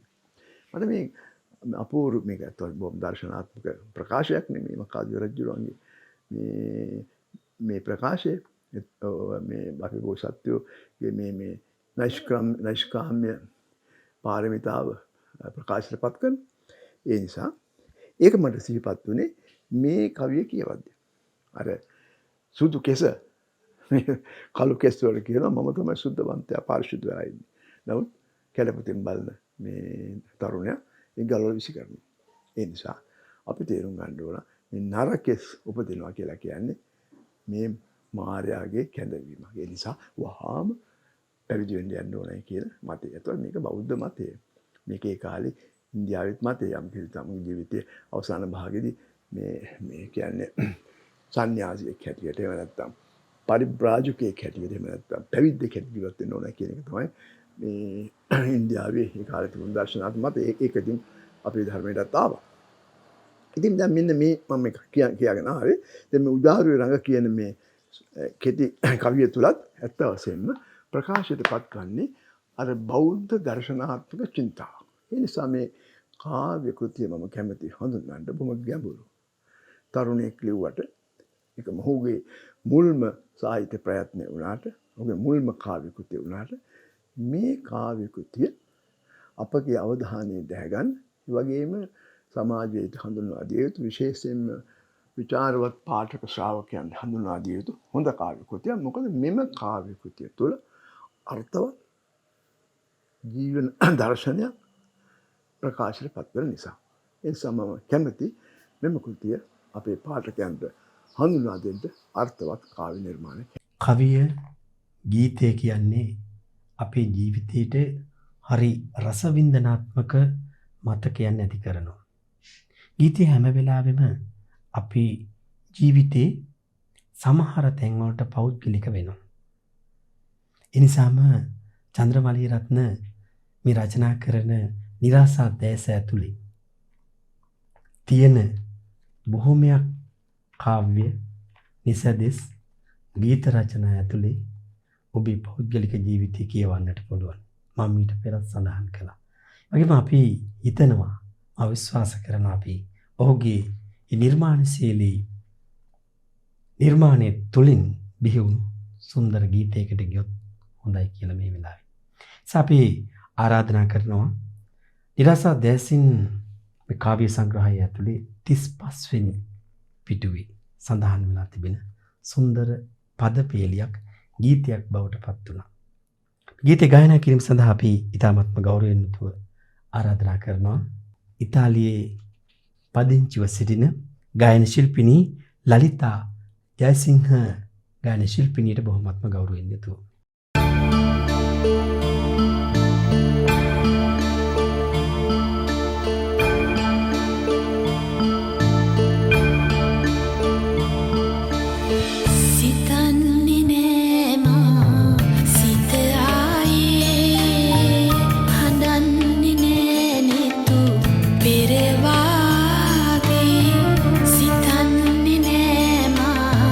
සිත ආයේ හඳන්නේ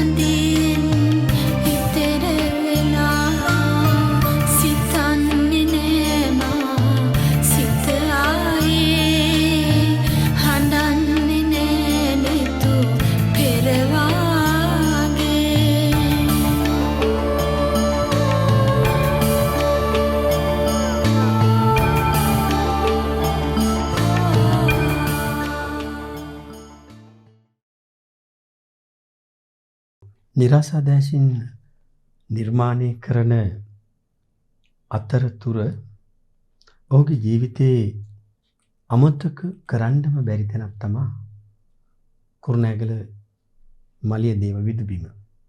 උසස් පෙළ අධ්‍යාපන ලබන කාලේ සාහිත්‍ය ගුරුතුමා එතුමාට සාහිත්‍ය පිළිබඳව ලොකු පාඩමක් කියලා දුන්නා. ඒ පාඩම ජපානයට ගියත් අමතක වුණේ නැහැ. ලංකාවේ තිබෙන තමන්ගේ ගමේ තිබෙන තමන්ගේ ප්‍රදේශයේ තිබෙන ඒ සුන්දරත්වය පිළිබඳව සිතුම් පැතුම් ඒ වගේම සිරිත් පිරිත් මේ හැම දෙයක් පිළිබඳව අර සාහිත්‍යය ඇතුළේ ගැබ්බෙලා තිබුණා. ඒ නිසා සාහිත්‍ය ගුරුතුමා කියලා දුන්නු මග පාර කවදාකවත් අමතක කරේ නැහැ. ඒ වගේම තමයි එතුමා ලබා දුන්නු ගුරුහරුකම් කවදාකවත් අමතක වුණේ නැහැ. මං හිතන්නේ එතුමාට මේ ඉරාසා දැසින් නිර්මාණය කරන්නට පළවෙනිම වස්තු බීජය එතනින් ලැබුණා කියලා හිතෙනවා. කොහොම වුණත් අපි මේ අවස්ථාවේදී බොහොම ගෞරවයෙන් යුතුව ආරාධනා කරන්න බලාපොරොත්තු වුණා. චන්ද්‍රමලිය රත්න උසස් අධ්‍යාපනය ලැබපු මලියදේව විද්‍යාලයේ සාහිත්‍ය ගුරුතුමාට උසස් පෙළ පන්ති එතුමන් අද මේ අවස්ථාවට එකතු වෙන්නට සූදානමින්ම අපි බොහොම ගෞරවයෙන් යුතුව ආරාධනා කර සිටිනා වේදිකා නාට්‍ය නිෂ්පාදකවරයෙක් හැටියට කටයුතු කරමින් මේ කලා කෙතට දෙවන්ත ශක්තියක් ධෛර්යයක් ලබා දෙන ඔබතුමන්ට බොහොම ගෞරවයෙන් යුතුව ආරාධනා කර සිටිනා ඥානසිංහ දිසානායක මැතිතුමනි ඔබතුමන්ටයි මේ ඇරයුම.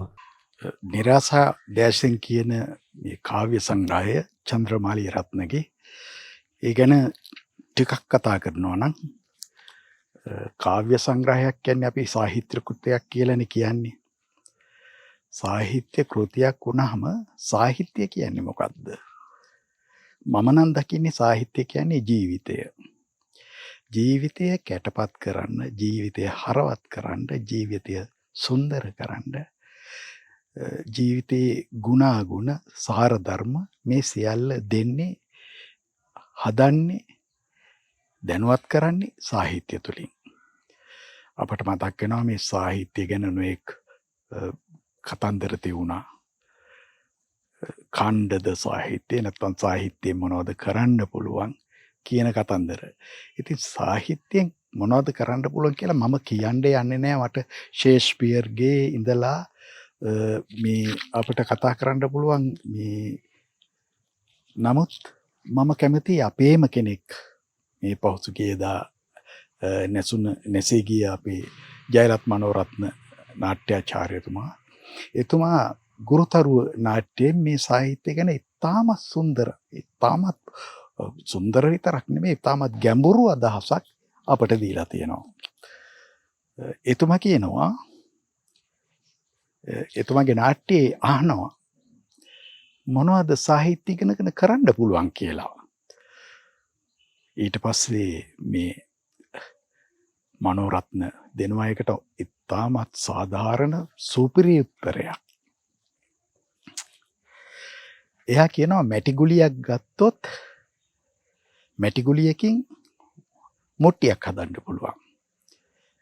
මැටි වැඩ ඉගෙන ගත්තොත් මැටි ගුලියකින් මුට්ටියක් හදන්න පුළුවන්. ශාරීරික අභ්‍යාස ඉගෙන ගත්තොත් ශාරීරික අභ්‍යාස තුළින් පුළුවන් මේ කොන්ද කෙලින් තියාගන්න, කශේරුකාව කෙලින් තියාගෙන ඔළුව කෙලින් තියාගෙන ඉන්න. ඉතින් මෙතුමා කියනවා ඒ කෙලින් තියාගත්ත කොන්දෙන් හිටගෙන කෙලින් හිටගෙන අර මැටි වැඩ කරලා හදාගත්තු මුට්ටිය ඔළුවේ තියාගත්තම ඒ ඔළුවට මුට්ටියට අසුචි පුරවන්නත් පුළුවන්, රත්රන් පුලවන්නත් පුළුවන්. ඉතින් ඒක තමයි දැනගන්න ඕන මොකද්ද කියලා. එතුමා උපමා කරේ රත්රන් තමයි සාහිත්‍ය. ඉතින් අපි මේ සාහිත්‍ය කෘතිය පිළිබඳව කතා කරලා බලමු. මේ චන්ද්‍රමලිය රත්න මට මතකයි එතුමා විදේශගත වෙලා හිටිය කාලයක් ජපානයේ.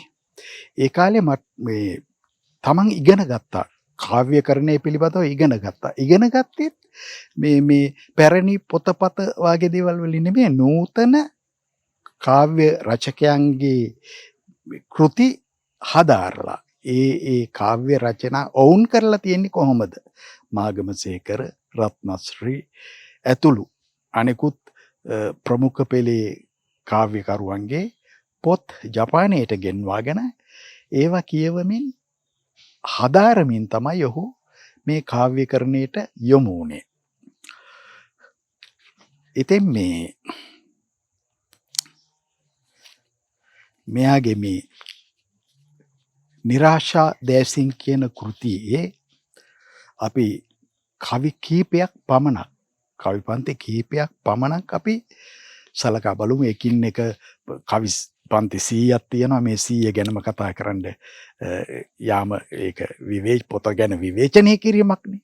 අපි කරන්නේ මේකේ යම් හොඳ අංග කීපයක් රස විඳීම සහ උපුටා දැක්වීම පමණයි. සාහිත්‍ය ගුරුවරයෙක් හැටියට මම දකින්නේ එහෙමයි. මම ඇත්ත වශයෙන් ආඩම්බර වෙනවා මේ ඔහුට උසස් පෙළ සාහිත්‍ය ඉගෙනූ ගුරුවරයා වශයෙන් මේ වාගේ නිර්මාණාත්මක කාව්‍ය කෘතියක් කරන්න ඔහු ඉදිරිපත් වීම අපටත් ගෞරවයක්, ඔහුගේ විද්‍යාලයේ මලියදීවිටත් ගෞරවයක්. මේ සැඳෑ සමය කියන කවි පන්ති අරගෙන බලනකොට ඒ කවි පන්තියේ එතුමා මෙන්න මෙහෙම කියනවා.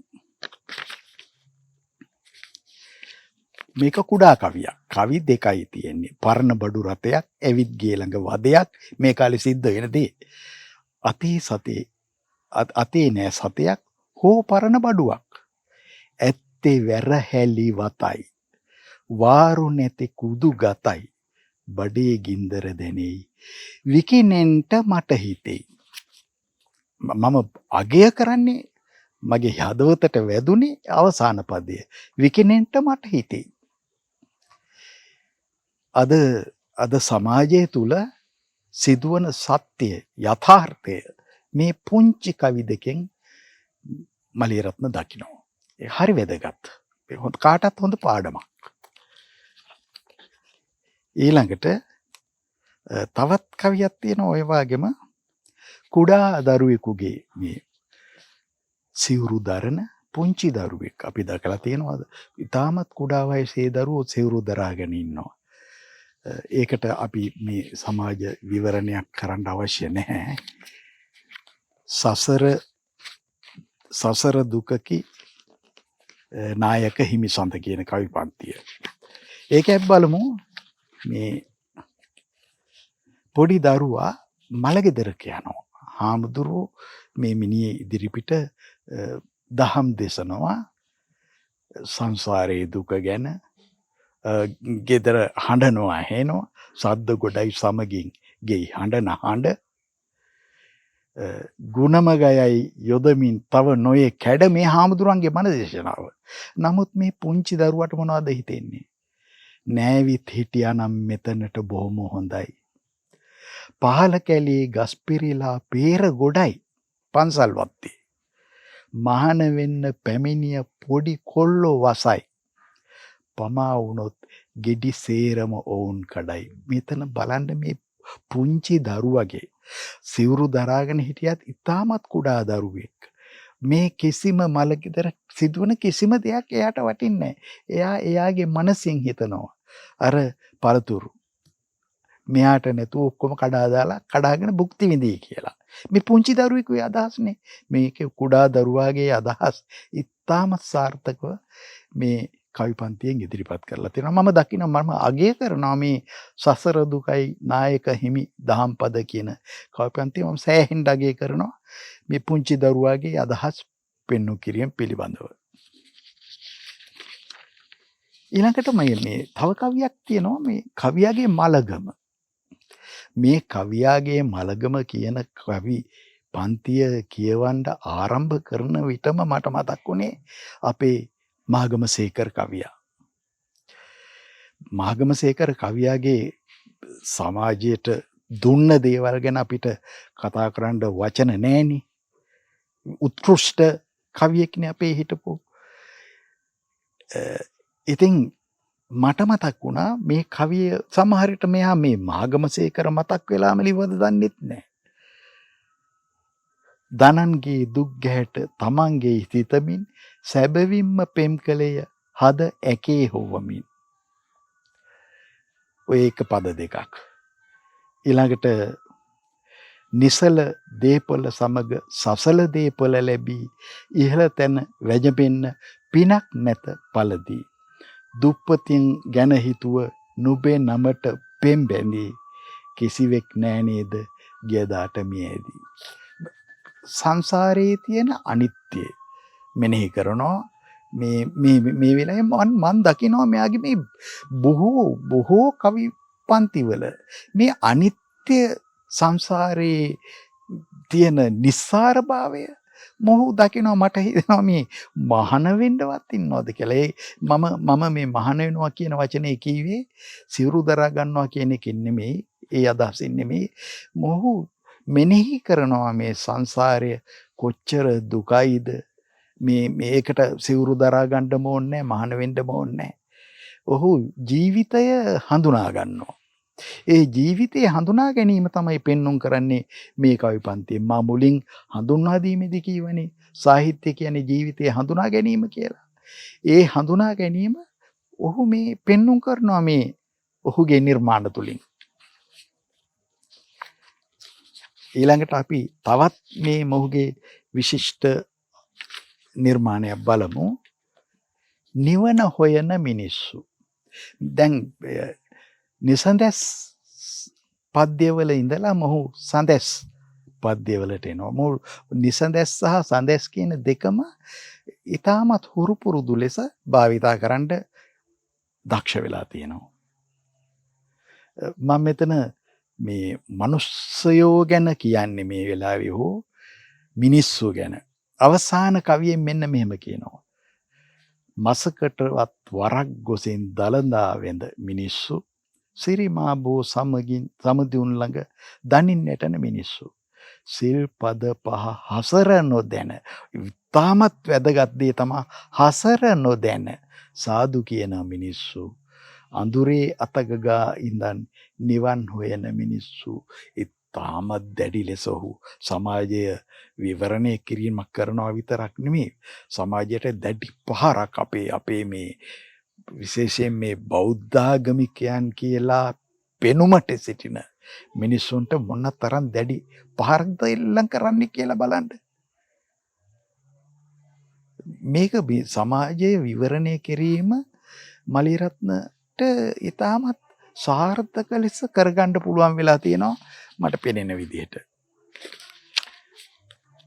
සත්ගුණවත් කියන කවි පන්තිය මේ අද අපේ මේ මුදල් හදල් වලට ගැති වුණ රුපියල් සතම ඉස්මතු කරලා ඩොලර් ඉස්මතු කරගෙන දඟලන මේ සමාජයේ ඔහු ඒ සමාජයේ විවේචනය කරමින් අවසානයේ කියනවා මෙන්න මෙහෙම. ඒ කරන්න තියෙන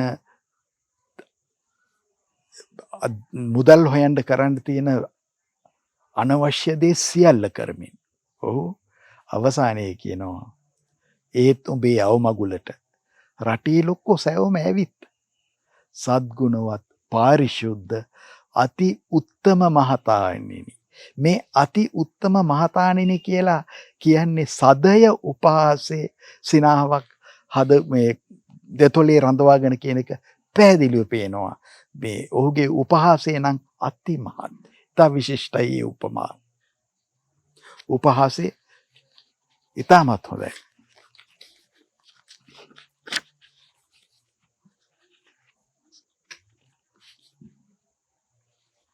ඊළඟට මේ ජනකවි ආර උපයෝගය කර ගැනීමත් බොහෝගේ දකින්න තියෙනවා සමහර නිර්මාණවල.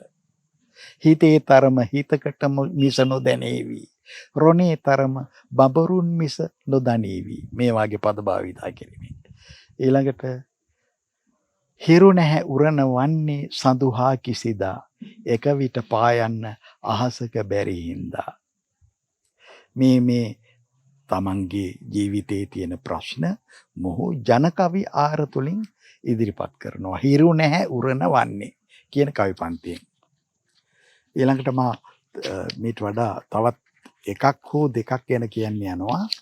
මේ මලියරත්නගේ ජීවිතයේ අම්මට වෙන්වුණු තැන අති විශාලයි. අම්මා ගැන කියන කවිය ඉතාමත් වැදගත්. කියුටි කිරා ජෝජට් ගැන නොහිතුවද, බියුටි සැලුන් හීනෙන්වත් නොදුටුවද, අතට පයට දැසිදස්සන් නොපැතුවද, එකම පැතුම දරුවන් යහපත නොවේද. මොහුට මතක් වෙනවා තමන්ගේ මිය ගිය මව සිහිපත් කරමින් ඔහු කියනවා මෙහෙම.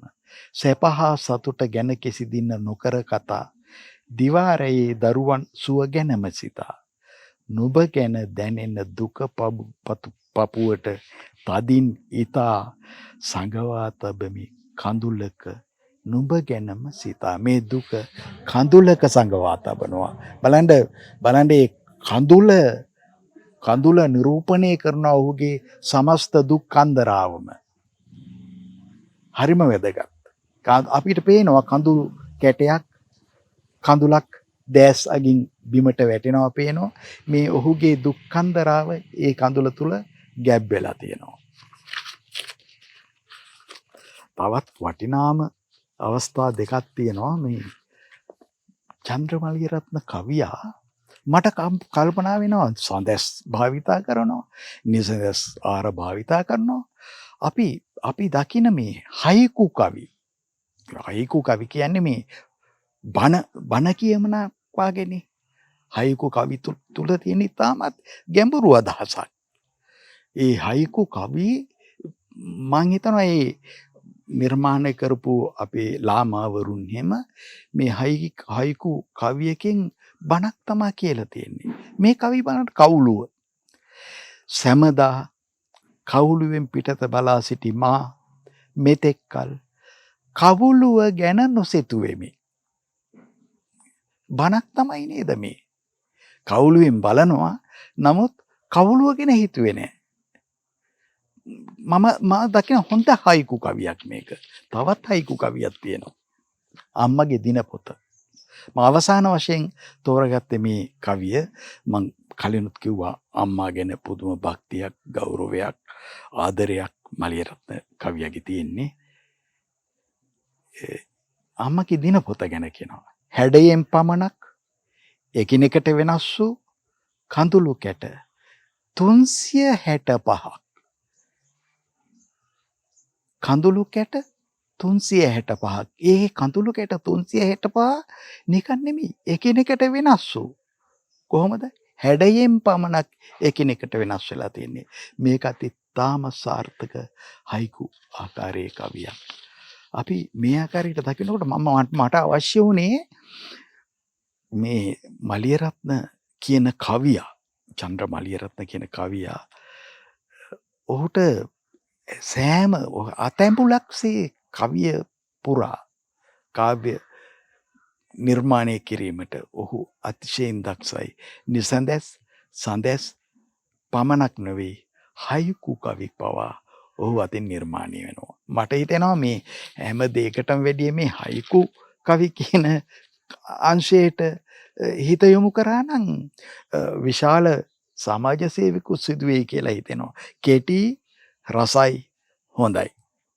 අන්න ඒ වගේ මම ප්‍රාර්ථනා කරනවා මලියරත්න කියන මේ දරුවගේ මේ කාව්‍ය ශාස්ත්‍රයට වෙන සේවය මේ විදියට කෙටි, රසයි, හොඳයි, යහපත් කියන අංගයෙන් සිදු වුණා නම්, ඒ අංශයෙන් සිදු වුණා නම් ඉතාම සාර්ථක අපේ ශාස්ත්‍රීය සාහිත්‍යකරුවෙක්, කවියෙක් වෙලා මලියරත්නට බැබලෙන්න පුළුවන් වෙයි කියලා මා එසේ වේවා කියලා ප්‍රාර්ථනා කරනවා. සෑම මුණ ගැසීමක් එක්කම සමු ගැනීමක් වෙනවා. ජීවිතයේ ඇති එහෙමයි.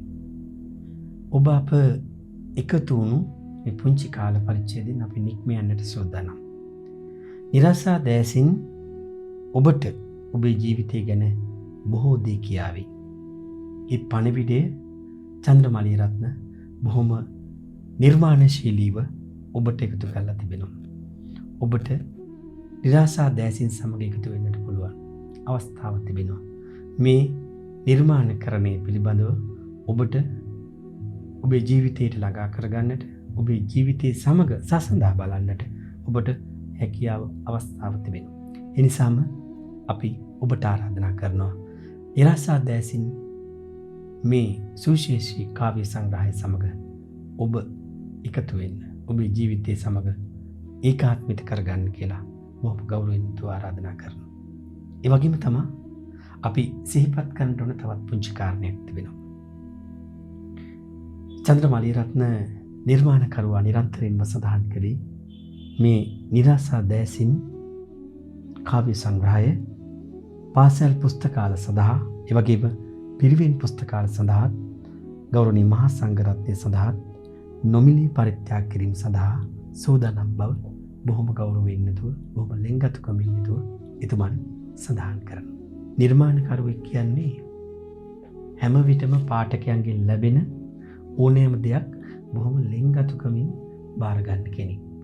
ඒ නිසා තමන්ගේ නිර්මාණය පිළිබඳව තිබෙන ඔබේ අදහස්, ඔබට දැනෙන බොහෝ වින්දනාත්මක සිතුවිලි චන්ද්‍රමාලියරත්න බොහොම ගෞරවයෙන් යුතුව බලාපොරොත්තු වෙනවා. ඒ නිසා නිරාසා දෑසින් ඔබ අතරපත් වුණාට පස්සේ, ඔබ ඒ පිළිබඳව ඒකාත්මිත වුණාට පස්සේ, ඔබ ඒ තිබෙන කවියෙකුට ලබන්නට තිබෙන ලොකුම සතුට තමයි පාඨකයන්ගෙන් ලැබෙන ප්‍රතිචාර. අපි බලාපොරොත්තු වෙනවා. චන්ද්‍රමාලියරත්න බොහොම ගෞරවයෙන් යුතුව බලාපොරොත්තු වෙනවා ඔබේ ගල් මල් ඕනෑම දෙයක් බොහොම ලෙන්ගතුකමින් පිළිගන්නට. කවියක තියෙන රසය, නිසතසක තිබෙන සුන්දරත්වය, ගී පද පෙළක තිබෙන මහා ගැඹුරු අර්ථය ඔබට කියන්නට හොරා ගණනාවක් අපි එකතු වුණා. ඒ නිසාම ඒ ලෙන්ගතුකම විඳින්නට තවත් මෙවැනි සුන්දර අත්දැකීමකින් ඔබත් එක්ක එකතු වෙන බලාපොරොත්තු වෙන සමුගෙන යන්නම්. මම ඉන්දික ජයරත්න. ආයුබෝවන්.